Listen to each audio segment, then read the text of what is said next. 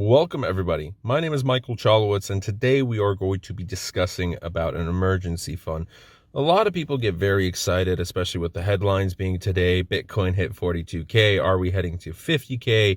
Is 100K next? We hit over $1.1 trillion, Ethereum $1,300, and suddenly people are starting to invest into these riskier assets and into these tokens that we've never heard of before, and that's all fair. If you want to play with higher risk, do your research first. Never invest with what you can't afford to lose. But today's video is discussing about emergency funds. What is it? How should you build it? And everybody's going to have their own opinion on it. So I'm going to inject my own opinion. Take it with a grain of salt. You can adjust things as you want, but it's still very important to have an emergency fund before you get into investing. And if you don't have an emergency fund, well, there's probably a few things that we can fix first of all. So how much money do you have? If it's a few $100s, probably your best bet is not to start investing, but invest that money in books for yourself, self-education. We've had a video on that already. Sign up for college and get a job, because that's the simplest thing you can do. If you don't have a lot of skills, if you've never had a job, just apply for any random job that hopefully you would be able to enjoy. So for example, if you're a young adult or a teenager, sometimes it's a little bit difficult, especially if you live in an area where there's not that many jobs around. You might have to work at a grocery store. If there's an IKEA, definitely check out IKEA. I've worked at IKEA and it's a fun experience. You get great benefits. The people are super nice, at least in my location, but in a lot of locations, people are repeating the same thing. If you ever go to a job and you absolutely hate it, switch out. And at the same time, build skills outside of that. If it's minimum wage or if it's paying above minimum wage, which IKEA definitely did, take what you can, maybe 10, 20%, set that aside for investing, and then take another 20 to 30% immediately. If you're living with your parents, you can do a lot of stuff with your money. Don't burn through it. Take as much as you can, start building that emergency fund, because once that is done, you don't have to throw any more money into the emergency fund. Unless you become suddenly a millionaire, then obviously you want your emergency fund to be worth a little bit more money. But if you're living with your parents and you have a decent job, you have some stable source of income, so at least part-time. If not, become a freelancer, start working on your skills. There's plenty of opportunities right now, especially with everyone locked inside, everyone online, remote. There's so many opportunities that in 2019 just didn't exist, especially in cryptocurrency. It's the perfect times to start learning. But if you're living in America, saving up a few $1,000s shouldn't be this massive task. If you have a high salary, it's not going to take you a lot. It might take you a month. It might take you a few months. If you're not making that much money, it's still good to set aside a good portion if you're not paying for bills. If you're paying for bills, obviously a lot of Americans live paycheck to paycheck, and this is why it's so important what we're discussing about today. Pay off any debts that you have. Make sure you don't have any debts. And what is the best way to avoid debt is to be prepared. And that's what this emergency fund is for. So that doesn't mean you put in $1,000 into the bank and you don't take that out for whatever reason, unless you're dying of cancer. No, it means if your car breaks down, if you break a leg, if you have to go to the dentist, if for some reason something happens that suddenly, hey, you need $200 here, you need $500 here, you need $1,000, as long as it's an emergency, it's a medical emergency, you need to pay for some extra books or whatever for college, and it's a late fee, and if you don't get it, oh my God, everything's a disaster. Stuff like that. Don't take money out if it's not an emergency, meaning you want the latest iPhone, forget about that. You want to buy some extra toys, screw that. That can wait. If your car runs out of gas and you can't get to work, that's an emergency. And you also need to figure out a way to hopefully have more money next month. If something breaks, if you break, if you get hurt, any reason you need to use a credit card, any reason you need to take out a loan, have that emergency fund there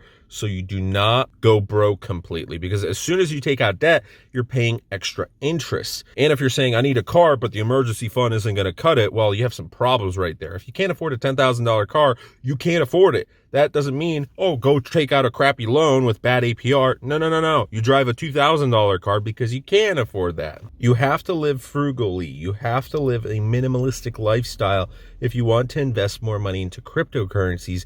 Because of compound interest, you will be able to retire early as long as you're consistently every single month putting money in. So every single month that you have this debt, every single month that you have this car that you can't afford to pay off, every single time that you're purchasing that next iPhone, the latest MacBook. I mean, you heard this so many times from these financial gurus that you're sick of it probably, but there's still people, and myself included, in the past, I've done some pretty silly financial decisions. So I want to make sure that people aren't repeating my mistakes, that people aren't repeating what basically half of America is doing and living paycheck to paycheck, and they can't afford for any emergency crisis situation. And that's when, the Black Swan event happened, these lockdowns, COVID-19, the vaccines. Suddenly people just didn't have money for anything. They lost their jobs. If you lose your job, you need money for the next few months. So before you start investing, it's not just the emergency fund. That's going to be very, very important for if you were paying for rent, if you were paying bills and you lost your job and you suddenly can't pay for that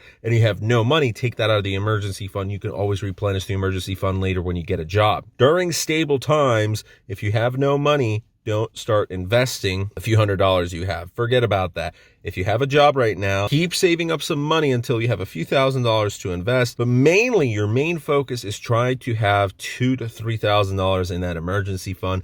$5,000 is nice, and then $10,000 is a pretty good place. I mean, if you're able to save up $10,000, you probably have a few thousand somewhere else that you're always able to take out of if for some reason there was an emergency that surpassed that $10,000, which it's very rare. It's probably not going to happen. And if it was a medical emergency that ended up costing you $500,000, you're probably going to have to crowdfund that anyway. Welcome to America. So as soon as you have your emergency fund set up, or at least the idea, and you have a percentage of your monthly income going into that, think about how much your life costs. If you're in a low cost of living area, maybe you don't need $10,000. Maybe you just need $1,000 to $3,000. But usually if you're a teenager, $1,000, $2,000, $3,000, $4,000 is nice. If you're a young adult, $2,000 to $5,000, $5,000 would be superb. If you're in your 30s or mid 30s, have $10,000. And then the next most important thing is if you're past your 20s, you're living outside, you need to have money for rent. You need to have money for internet. You need to have money for that phone. You need to have money for utilities, for gas, for whatever payments you need, for food. Make a budget. And we're going to have a video about how to make a budget later on. Obviously, there's many ways to attack this, but my recommendation is first save up for the next month, then save up for the next 2 months, save up for the next 3, 6 months, 12 months. Get to a point where you're able, for the next time you rent an apartment or a house, you pay up front for it. I've done this before. I paid up front for 6 months. Couldn't afford the full year, so I paid up front for 6 months, which usually they're okay with that. Not everyone, but if you negotiate, you're actually going to be able to save yourself some money, and you're going to be able to save yourself some stress because you realize, I don't really have to pay for this month. That's cool. As long as you're still saving up money, you're not burning through cash. This is a great idea. And then get to this point where you have enough money for the next 2 to 3 years of living, just everything included. Obviously, you don't have to wait till it's 2 to 3 years. You have $10,000 in this emergency fund and then you start investing. No, you can start investing once you have $2,000 to $3,000 in this emergency fund. You have money for the next probably 2 to 3 months of rent. Why 2 to 3 months? Because you never know. We're still not out of COVID-19 lockdowns just yet. It still could be a very funky year. So despite all of these earnings, all of this lost opportunity, this opportunity cost that you believe is somewhere out there, if Bitcoin goes up to $100,000, it doesn't mean anything if you panic sell, because suddenly you have no money for your actual life. You need to panic sell. You lose out on these gains, and it just won't make sense for you. So be financially savvy. The more money that you're able to save up, the more money that you're able to invest. It's all obviously going to depend on your income. The first and foremost thing, get a better job. If you can't get a better job, go back to school, try and get a better degree, or get a degree if you don't have one in the first place. Computer science is a great direction right now. There's a lot of ways you could go about this, and you can mix around the numbers, but the main thing is people who are successful are able to save a certain percentage of whatever's coming in every single month. And you have to think about, how can you get to FIRE? Financial independence, retirement early. You may not have to retire early. You can continue working up until you're 101 years old, but what are you going to do with this money? Basically, what FIRE recommends is making your money work for you. And you can do this with cryptocurrency. But in order to get there, you need to have a sound mind. You need to be in this state of bliss where you just don't care about all these small problems. These small problems such as, oh no, I can't find money for this bill that I have to pay this week. Oh no, my tooth's hurting. I have to go to the dentist. I'm freaking out about this stuff. Because when you're on that next level, you're thinking, all right, how can I grow my money so I can create this financial empire? How can I grow money so I can buy a second, a third real estate property. Screw liabilities. You want as much assets. You want money makers for you right there. You want some assets that you have money parked in. You're paranoid, a healthy dose of paranoia, of course. You're prepared to weather any storm. There's going to be another recession, another Great Depression. Bring it on. You're ready for this. The dollar's going to completely devalue. You're going to be fine. So the best thing to do, save up a few $1,000s, emergency fund. If there's an emergency, use it for that. Save up a few months rent, then a few months utilities, a few months internet, a few months for everything. Then you're able to start investing, but while at the same time investing, always take out a percentage to continue growing your emergency fund until it gets to $5,000, $10,000. You're satisfied with that, and growing how much money you have saved up at the end of each month so that you're able to live a year, 2 years, 5 years. And if you still can't do this, maybe it's time to think about moving to a lower cost of living area, because if you live in a high cost of living area like San Francisco or New York, that might not be the option. We're going to have videos about that later as well. So thanks for watching today's video. Bitcoin hit 42K. Awesome stuff. And we'll see you guys in the next video. If you're new to the channel, hit that subscribe button and leave a like, comment, subscribe, and share. I already said that. Bye.